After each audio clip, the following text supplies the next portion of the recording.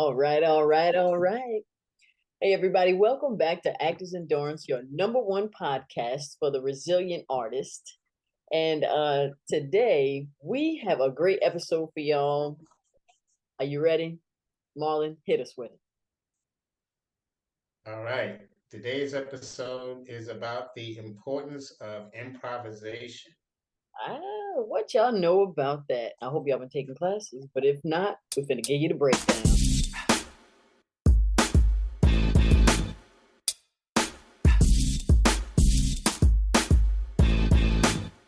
You're listening to Actors Endurance, a podcast that inspires actors to never give up on their passion and find ways to continue to grow within the entertainment industry. My name is Shanette Wilson, and I'm an actress, and my co-host is Marlon Hargrave, and he is a teaching artist. And together, we are Actors Endurance.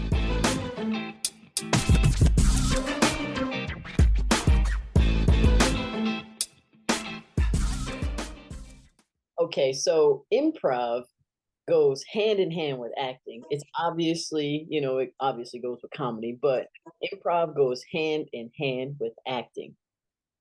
Now, you do improv in definitely commercials. You do it in television. You also do it in film. But did you know that? I hope you did. I hope you did.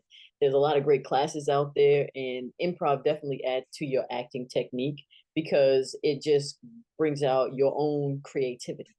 So it allows you to be you within the medium of whatever you're performing in. So, what you got to say? Yes, yes, and there are different forms of improv. And the one that I use the most is Viola Spolin, but I do believe that there are a couple of other techniques out there. What I do like about like the Upright Citizens Brigade, I believe is how you say it. What I do like about those, they seem to be acting exercises. Even when I was in school, some of the stuff that they do as a show was actually preparation exercises for actors to keep their tools sharp. But Viola Spolin is the one that I like the best because it's situational. It's almost like your best friend hired you, and or basically your best friend hired you. Now you became the boss. Now that same person has to fire the person that hired him. Action you know. So more on the circumstantial side, or um, being able to build something off of just uh, pretty much nothing. Oftentimes it's off of nothing, depending on what you're doing, but it may be like generated off of a script as well. They may just have a bullet point and say, this is what scenario is, act it out. Exactly. And one of the biggest things with improv is you always want to say yes and. You always want to agree and then move on with the story. That's the most important thing. You want to avoid asking a lot of questions unless you're providing new information to whatever it is that you're portraying, but you don't want to ask too many questions again unless you're providing new information. But one of the key things is just always go with the story. It doesn't matter what it is because it's meant to be entertaining. And then whenever you go against the story or you say no, you stop it. And then it throws everyone off. So you have to just roll with it. Yes, okay, and and go with it. Add something new to the story. So remember that.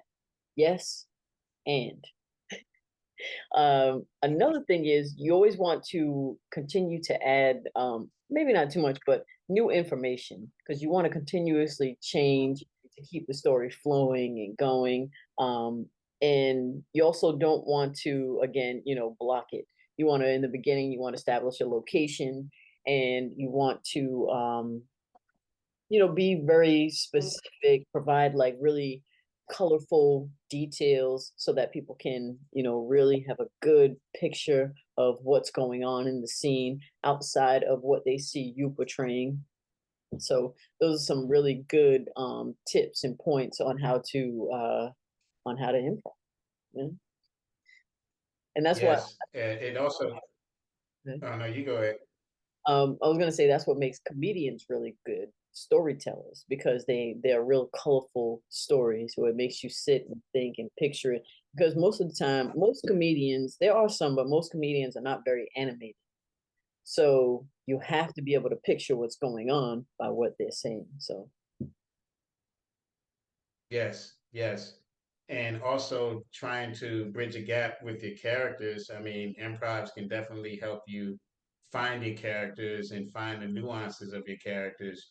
Um, but you have to be careful with this because you still have to improv within the given circumstances. So you can kind of do what you want, but there's still guidelines that you have to follow.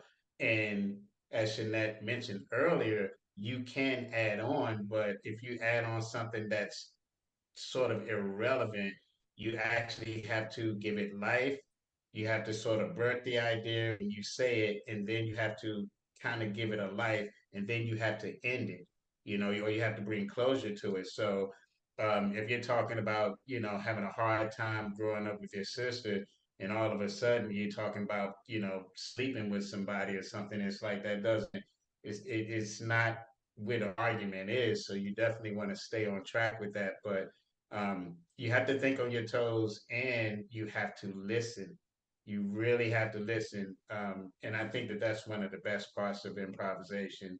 If you listen as an actor, it's just going to make you about 60% better.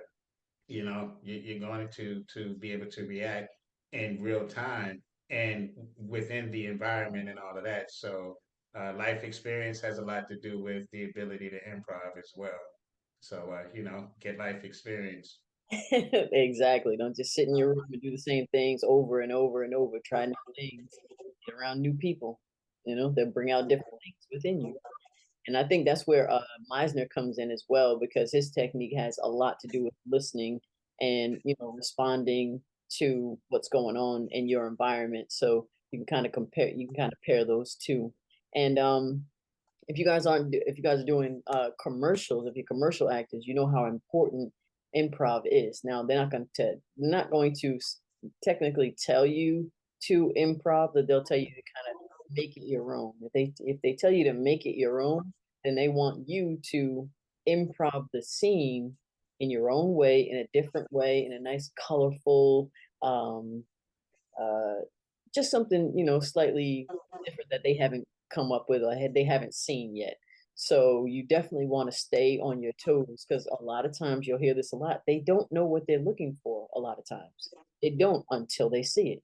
So it's up to you to, like Tom Hanks said, always come to set with some things. Always come with some things, which means some ideas, some choices. You always want to show up on set with something. Don't just show up and know your lines. Hopefully, you know your lines. Don't just show up only knowing your lines and you haven't thought outside of that. That's horrible, yo. Terrible, terrible, terrible. So, yeah, you always want to make sure that, like you said, you're listening, you're keeping the story positive and forward moving, and staying in the present. Um, a lot of people will get fall into the whole creativity in a, I'll say, in a negative way, because they'll try to come up with something like your story starts in the house, and you're talking to your sister and your mom, and all of a sudden aliens break through the door and there's this mass attack by the government. Like, no, no, no, no, no, no. Listen, this is not the time for you to turn into this off the beaten path storyteller. Like you said, you have to stay within your medium. Like some people do that with scripts as well. They'll just take it and it's like, oh yeah, make it your own. But no, you still have to go, like you said, within the given circumstances. So you guys make sure you're reading what's on the page, or you understand what exactly is going on in the environment, and what the writer or the producer director, what they're trying to portray, or what message they're trying to give to the audience. That is very important, very important. There's a lot of different ways to say one thing, but make sure you still say that one thing. Yes. And also be aware that when you're improving, look here, like you get rid of those words. Just get rid of them and go right into what you're saying. So look here, and people don't really write those into the script. So as you're improving, all of those little kind of setup phrases and setup words, leave them out. Get directly to the point. And like Shanette is saying, you really have to sort of understand. Not only do you have to understand what's going on, but if you're improving a scene, especially with reality TV, you get reality TV, they don't really have a script. They literally have like bullet points, and they just say, okay, we want you to kind of go with this. So you may see it on newer shows, newer reality shows where they kind of looking like they're thinking about what they're saying before they really get into the flow of it. But even in then, you still have to be able to not only repeat your actions, you have to repeat what you said, repeat your actions, and make sure that the emotional tone is the same as the first time you did it. So if you have to do multiple takes of an improv, keep it simple. Keep it simple. Don't try to do too much, or at least know what kind of actor you are. Your continuity, your hands, your emotional continuity, and the continuity of the lines and the story itself. So if you're doing something that's a little more episodic, you may have to remember what you improved in another scene so that a future scene or prior scene makes sense. So, improving is just not about going off the top of your head. It is, but you have to be a thinking actor. You really, really do. You have to stay like improv. You really have to stay on top of your game more than even with a script. So don't think that it's something easy. It is something that you have to work at. Um, those things can change, environments change. You may look up in a shoot location changes, so now you may have to improv. Also, with me on a set, I look for things that I can play with. Like I'm a stage actor, so I like to kind of be a little bit busier. So if I'm improvising with a prop where it's not in the script, but they're allowing me to deal with it, I still have to keep that continuity as well. So just even when you're eating when you're eating in a scene, you're sort of improvising it. So you need to kind of know when you're going to eat, when you're going to speak.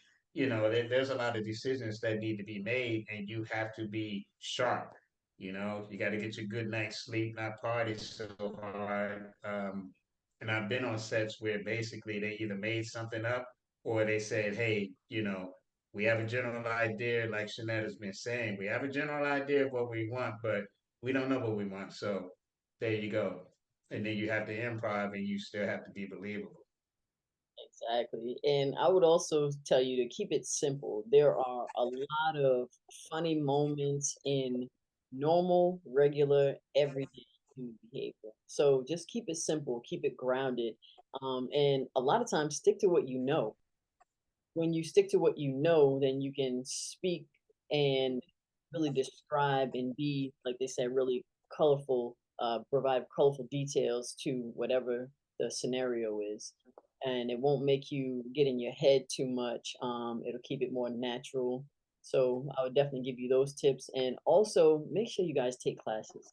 If you're an actor, please take classes.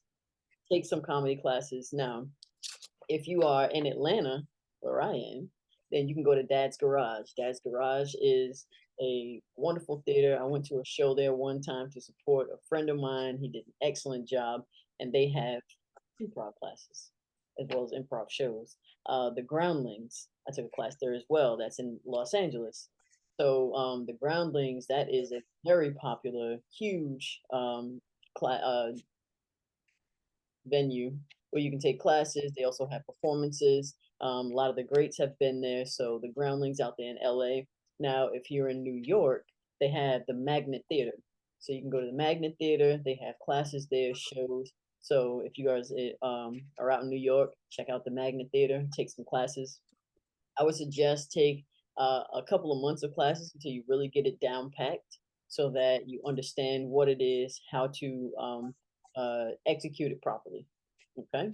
So yeah, those are my tips. Definitely take classes. When it comes to improv, keep it positive, keep it forward moving, and enjoy yourself and be real. Just be grounded. Stick to what you know. That's what I would definitely suggest with improv. Improv is a lot of fun. You can really display your own personality. You can be more you because it's supposed to be fun and light anyway. So yeah, you can add your own little quirks and things to it. So that's what I would definitely say. Um, yeah, yeah, yeah. You can use both sides of it. Oh, you were saying something? Oh no, no. What do you mean by both sides?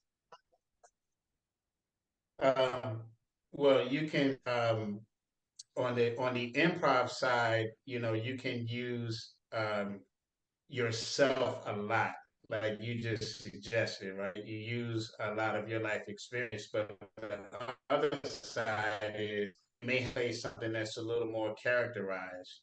If you play a banker or a lawyer, and you're not one, you're gonna have to kind of know how to embody that. So when you improv, you can improv lawyers. You can, so these are things that you can work on. Um, and if you're going to use improv for yourself, use it to find your deepest emotions. Use it to find emotions that you're not used to playing. If you're a very guarded person, allow yourself to be vulnerable through another person, or allow your vulnerability to come through an improv.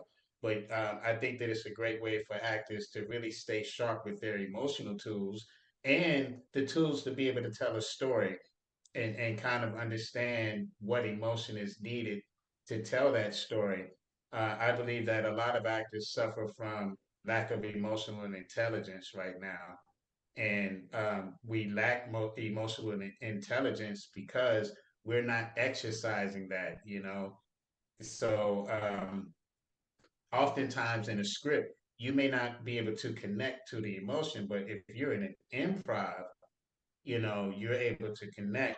Now, when I taught it, I had it where we would give you the scenario, and however it went, it could be funny. I've had people cry in class all the time. Mm. And then we had people laugh in class all the time. It just depends. So it doesn't necessarily have to be about comedy. This can be a tool to help you get in touch with emotions that you generally don't use, and even your body types. Like try to be different characters with your body. How do you walk? How does a doctor walk versus a cowboy? you know so there are a lot of different ways to do this. When I teach improv, I teach emotional behaviors. I'll have little games and things, so there's a lot of benefits to improv. When you take your improv classes, do your research and kind of understand what the class is intended for.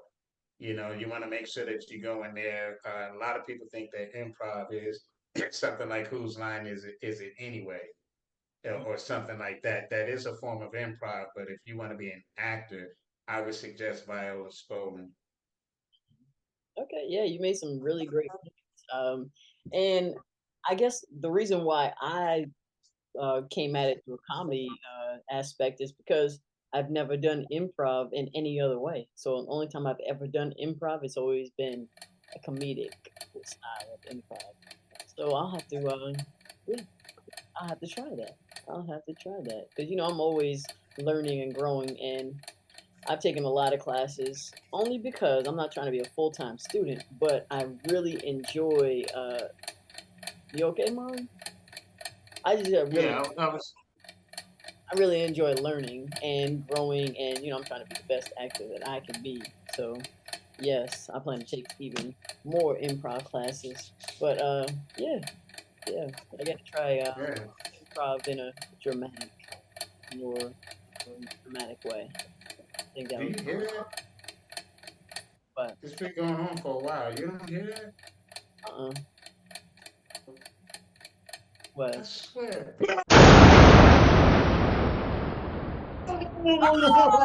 Yeah. Boom.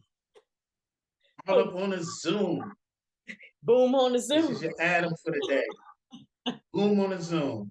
Adam for the day. This is your acting tip of the moment, the kaboom. And Boom. since we're talking about improvisations, uh, my Adam for today for you actors is to take a character either that you're playing right now, about to play, or a character that you would like to play, and go play with them. Go improv in the grocery store. Improv with people. Sometimes you can improv with fellow actors, but if you really want to know your character, go improv your character in a mall. Go improv your character going to get something to eat, really be able to find the nuances. The reason why I really do this is, let's say something changes on the set. Your character has already been through an emotional life. It's already been through certain circumstances. So any new direction is not going to throw you or the character work that you've done off. But if you only work on a set or only work on a character, and then you come in and they say, "Hey, we're going to change some things," then you have to be like water. So you have to change like that. So let your character have a different life outside of the script, and you'll be able to find a lot of nuances and possibly give off a great performance. And this is the work that people don't see; they only see the results. So that's my Adam. Okay, yes, I totally agree. It's always better when you go out into the world where people don't know you, you're believable. Yeah? See if you're believable. I remember I was rehearsing on the set and and they didn't know we were rehearsing. Started we were having a conversation. They interrupt. Oh, excuse me. I was like, oh no, we good. Or one time we were having an argument in an alley, and these guys, everybody came by and was like, oh my god, are you okay? Because the guy was cussing me out, and I'm defending myself, and I'm all emotional. And they thought that he was, they thought Mm, that he was attacking me. It was like, oh no, no, no, it's just so that's how you know if it's real or not. We were believable. Obviously, they were ready to call the cops. yeah. Hmm. Yes. Or just real quick too, before we get into the quote of the day, um, you can improv with your. I had two actors who were playing, like they had just met and they were kind of playing boyfriend girlfriend or whatever, and I had them go out. The characters go out on a date. uh, they ended up dating each other for real, but that was the improv that I set up for them, was take your characters out on a date, because eventually in the script you guys are going to have to go out on a date, and I need for you guys to be familiar with each other enough to pull this off. So I had them do a couple of exercises actually to kind of get that character up under them, and get the nuances in that undertone. I tell you, undertone is the specific work that gets you noticed, critical acclaimed, or possibly pulling down an award. But it's the nuances, not the big moments. Yes, for sure, for sure. I totally agree. I mean, anything that you can do to bring more life to the character and the role, I totally agree. And now we're gonna end it with the quote of the day. So the quote of the day comes from this funny lady here, or Amy Fowler. So she says that no one looks stupid when they're having fun. Think about it, y'all. No one looks stupid when they're having fun. So when you're doing these improv exercises and you're taking improv and they have you doing all these crazy different things, or you're just adding, different colorful details and mannerisms to whatever character you're portraying, just remember if you're totally in it and you're really immersed in the character and you're focused, you're having fun. Nobody looks stupid, so you look just fine. So yeah, I think that's all we have. Definitely this is a great episode for you guys. If you're not if you're an actor and you're not taking improv classes, then you're doing yourself a disservice because you will use it in every medium of acting.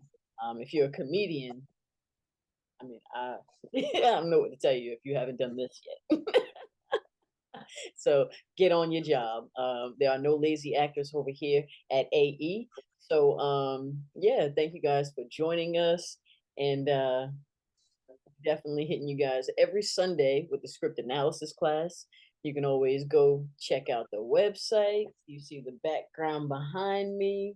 We have all kinds of good, great things for y'all. Everything from training to our lovely merchandise, and Merch. hey, all the information about us if you want to know more about myself or my partner Marlon. And he's also available for any kind of private classes. So the man is well versed in I don't know how many techniques. And he's keeping me working. I'll tell you that ever since I met this man, I don't know how many roles I booked, but the resume has gotten quite chunky. So yeah. Yeah. He does that. He does that. His actors, people that he's trained are working. So Actually, yeah, yeah, I'm proud of that. Thank you. I mean, yeah, yeah, give respect where respect is due. So yeah, the man is amazing. So if you guys are looking for some classes and or if you're a new artist or actor and you're looking to get into this, definitely hit him up, message him on Actors Endurance or one of the Instagram pages, Facebook, any kind of social media. Definitely, and yeah, we'll get you started in this business. So on that note, I hope you guys are taking classes, studying, and being great. This that. Yep. Because See you next time. First and the 15th, baby. First and the 15th. first 15th, we are great. Acting and all of this stuff right here is a process. It is a process. Hone your skills daily. Yes. Daily. All right, y'all. Until next time. Peace out.